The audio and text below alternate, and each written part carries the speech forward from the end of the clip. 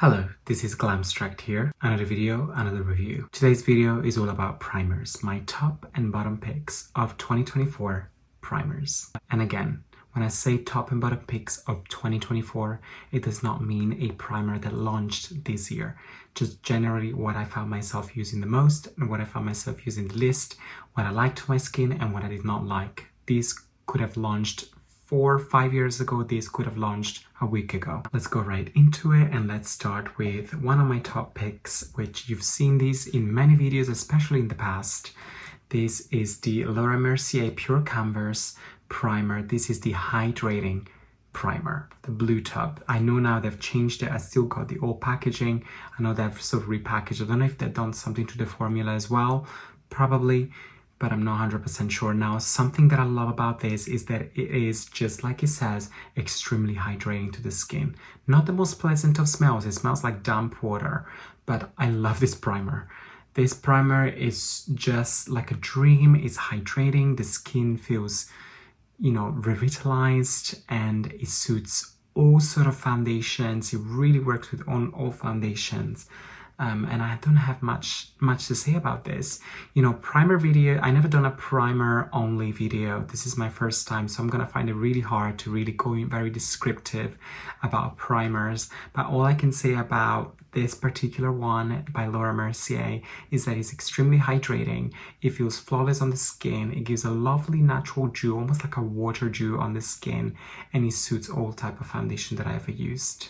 Number 2 is La Base Illuminatrice by Chanel. This is a glowing makeup primer, moisturizing and plumping. Exactly the description that I have to agree.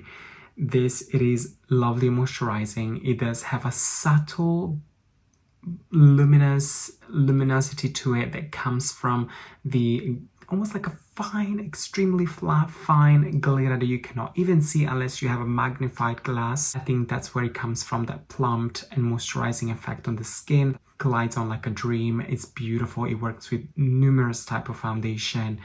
And yeah, that's your Chanel La Base Illuminatrice.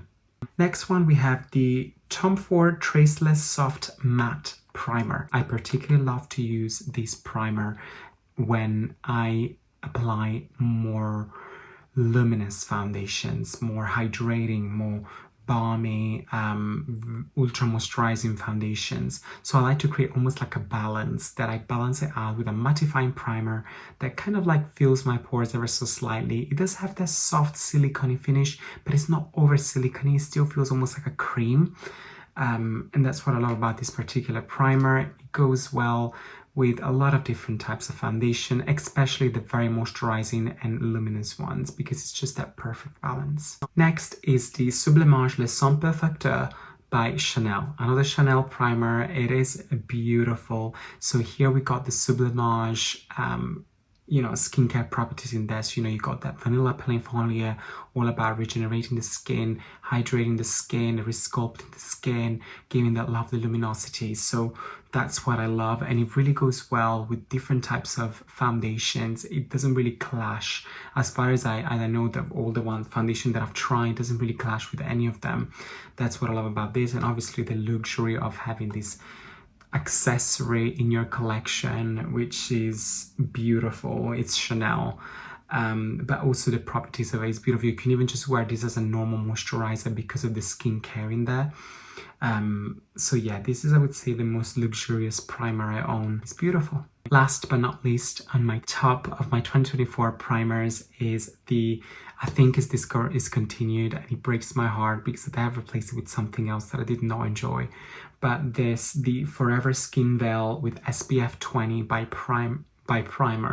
Dior. This is a correct illuminate and moisturize. Now, I absolutely adore this primer. It's one of my top picks. In fact, it does sit on my vanity every day. It's the one that I reach out the most because I know I'm not going to get disappointed no matter if I'm using a luminous foundation, a matte foundation, a balm foundation, a tinted moisturizer, a sunscreen tinted balm. Whatever I use, this does well, and I love to use this on its own as well because the primer itself has like a very, very, very subtle tint that if you don't want to wear anything, or you just want to, you're around the house and you just done your skincare, but it's like, I just want something, but it's not really makeup. This is it. This primer has the slightest hint that I think works for people with my sort of skin tone. It's absolutely stunning. I love this primer, and the fact that I cannot get my hands on it anymore, it really breaks my heart. Now, moving on to the bottom, the ones that I did not enjoy as much. I only have 4 because primers is primer a primer. Either works or it doesn't, or sometimes it works more than it doesn't work. So yeah, I also have a Laure Mercier primer. This is the Pure Canvas Power Primer, Supercharged Essence.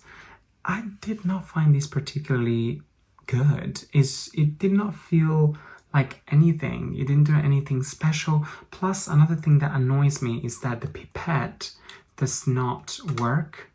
Literally, it didn't pick up any of the product, even though the bottle, it's kind of full.